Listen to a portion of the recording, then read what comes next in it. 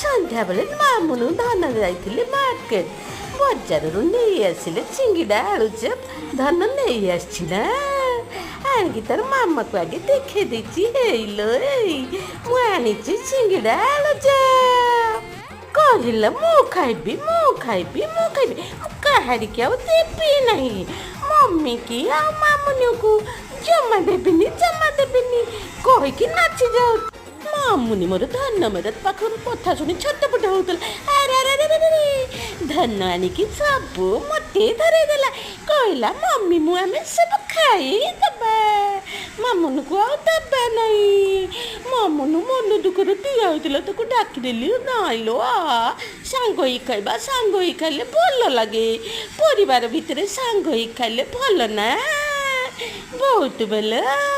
ଖାଇଲେ ବହୁତ ଆନନ୍ଦ ଲାଗେ, ସ୍ନେହତା ଭରିଥାଏ ଲୋ।